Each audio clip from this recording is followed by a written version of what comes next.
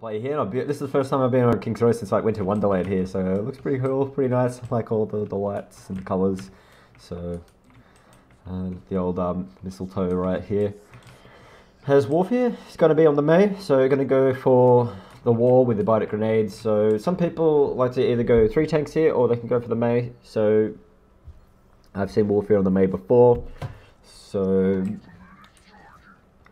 instead of the Diva, that's their option of throwing at the wall, and then the bite grenade. You need to make sure that everyone follows up, and it works out. You don't want to throw up the wall and not capitalize on it, otherwise the pick's going to be a little bit pointless. As a lot more aggressive comp here coming from Tiltmode with the Winstons and the Diva. They could honestly run a Zenyatta Ana here instead of Ana and Lucio. You can go Ana Zenyatta. So because if you've got Tracer, Winston, Diva, you might as well get an Orb of Harmony and throw it on someone who's going to go in deep to give them some support. You got Flocky on the Widowmaker. I haven't seen the Widowmaker in quite some time. He's just up there getting some shots off. As Coompon's already used his jump to get up there to his team. As the Hook's going to come down now on top of the Diva, which is Molten.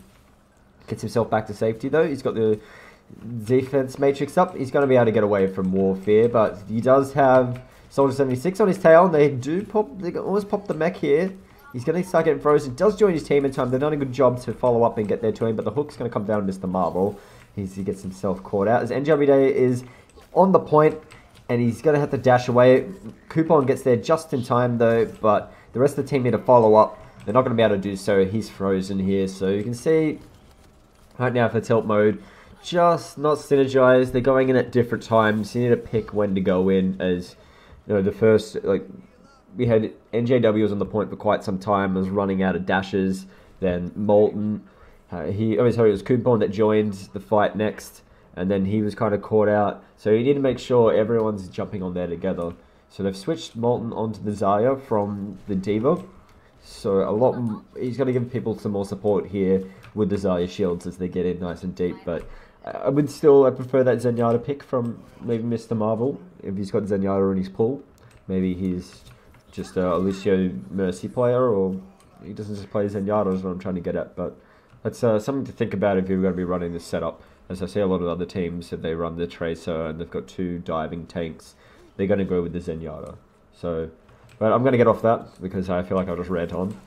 I just want to see if the Nutcracker Zenyatta. As NJW does get the kill on top of Cody, so they need to pull the trigger here. That's what they're going to do. Come in with the nano boost with the Zarya shield. Blizzard's going to be thrown down here from Warfare to create some space and keep people off the checkpoint. As Galliford has the nano boost, but they're going to make use of this. They have the sound barrier as well. They popped a lot of ultimates here, Team Space, with the player dead. So they have to win this fight, otherwise they're in a lot of trouble.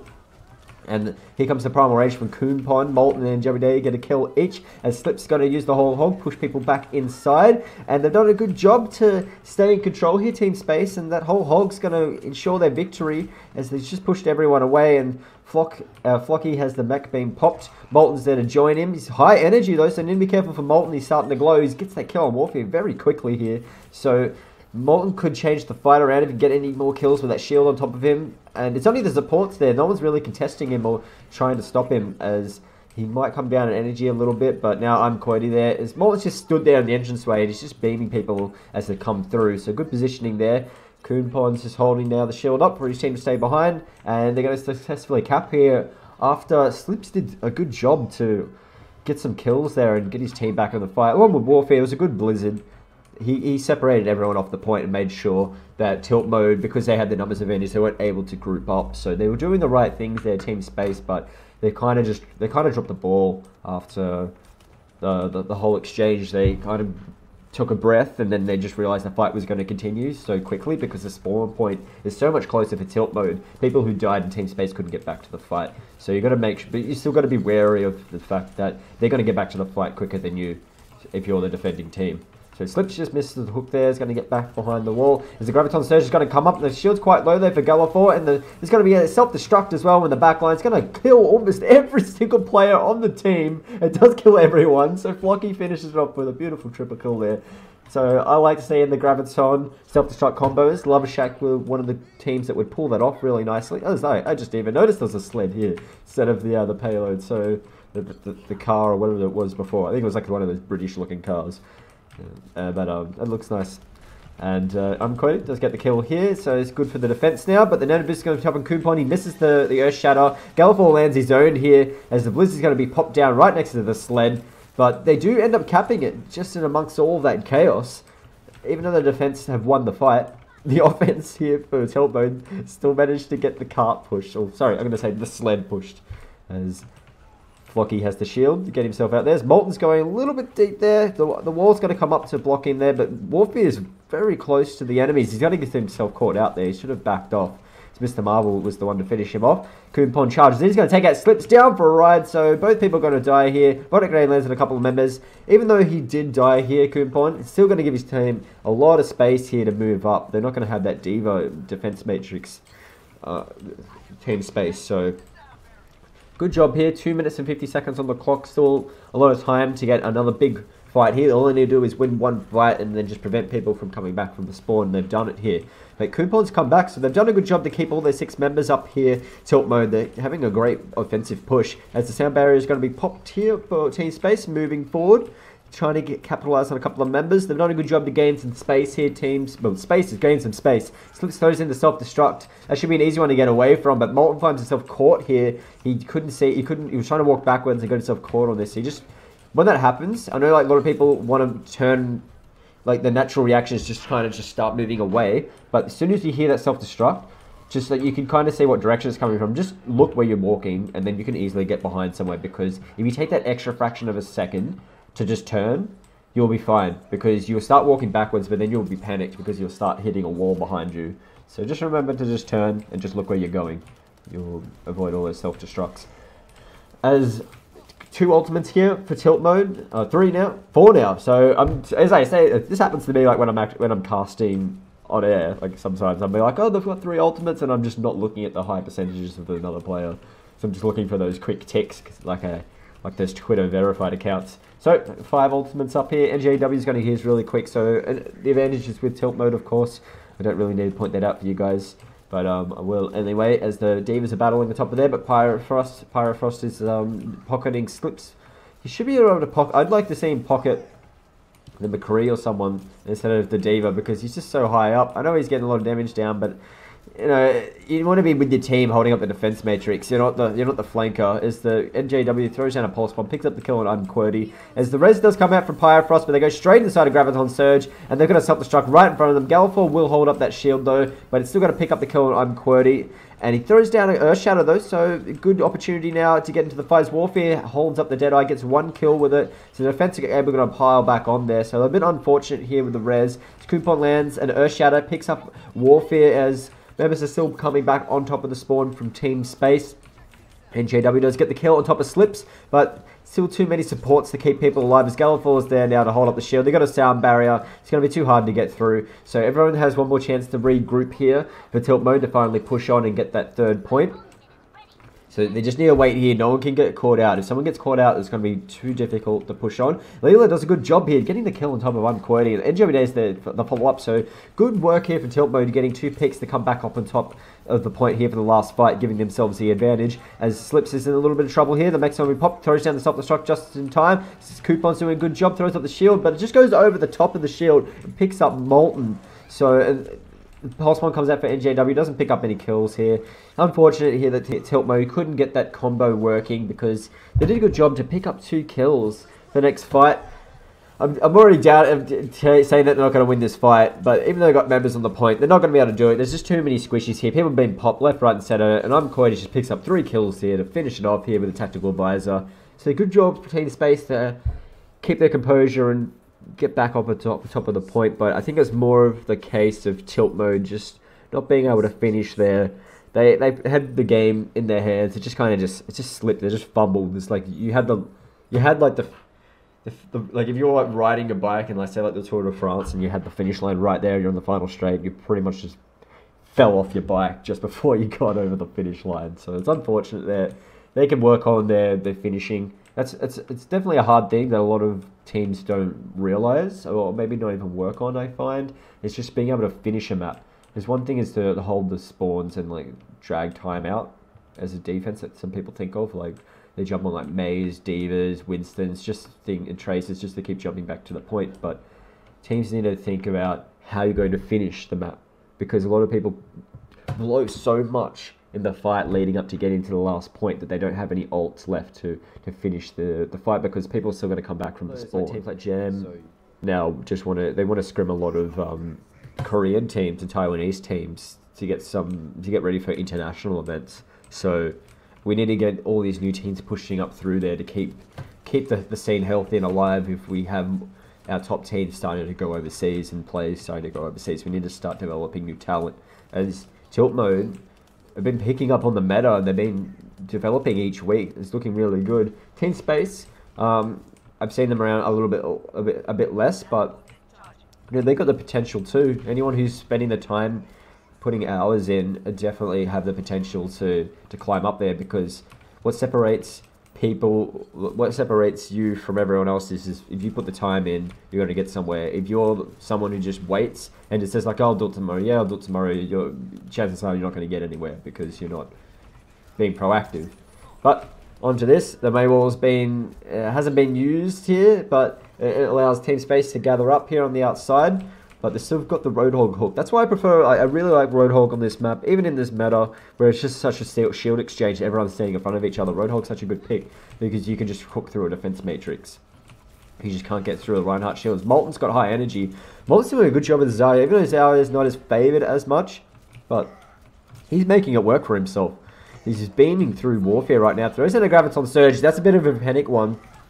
And Alpha Kiwi, he finds himself inside of it, so it makes it almost worthwhile here being able to get 2 kills with it. But the rest is going to come through here with Pyrophos for Team Space, as they're going to start fighting on top of the point with the Nanobis on top of Kumpon. Moving forward here, looking at QWERTY. He's got the stopping him from getting any damage off, as the self-destruct is going to be thrown down on the point from Slips. Not going to pick up any kills though, as Kumpon did a good job to turn and shield it just in time. So the freeze is going to happen on top of Slips. Pop the mech now. So he's mechless. Going to be able to take care of him pretty quickly here. So a successful hold here for Tiltmode. They've got 2 ults as well. They've got the Earth Shadow and a Whole Hog. You can use them both in defense. Whole Hog to create some space and lay a team to get some damage off. And then Earth Shadow, of course, pretty much is the death sentence for your team if you get slammed down. So You've got Galliford's got his own Earth Shadow here. They'll have a sound barrier, Team Space, and Warfare will have the Dragon Blades, so they can still win a fight here and move on. They need to make sure they can get the sound barrier popped, because you need to throw all your eggs in one basket at this point with 1 minute and 26 on the clock. Team Space here need to hit the sound barrier to give everyone access on top of the point. Then get the Earth Shadow happening with the Dragon Blade. You probably hit the Dragon Blade to get everyone frantic, and then land the Earth Shadow once Kumpon moves around and starts to panic. That's the way I would do it if I was Team Space. But then again, I'm a caster. Like, what do I know? I'm not a player. But 1 minute to go here as they're just behind the shield, getting prepared. They've wasted a lot of time here. They just need to go in with the sound barrier. Just pop it, go in. Don't waste any time. Like, you're holding here. You're not going to be able to do anything. As Genji's, Warfare was in a good position here to use the. If they just moved up and started some panic, they would have had all their eyes on the sound barriered players, and with Reinhardt coming in to get the Earth Shatter off, and Warfare could have popped the Dragon Blade.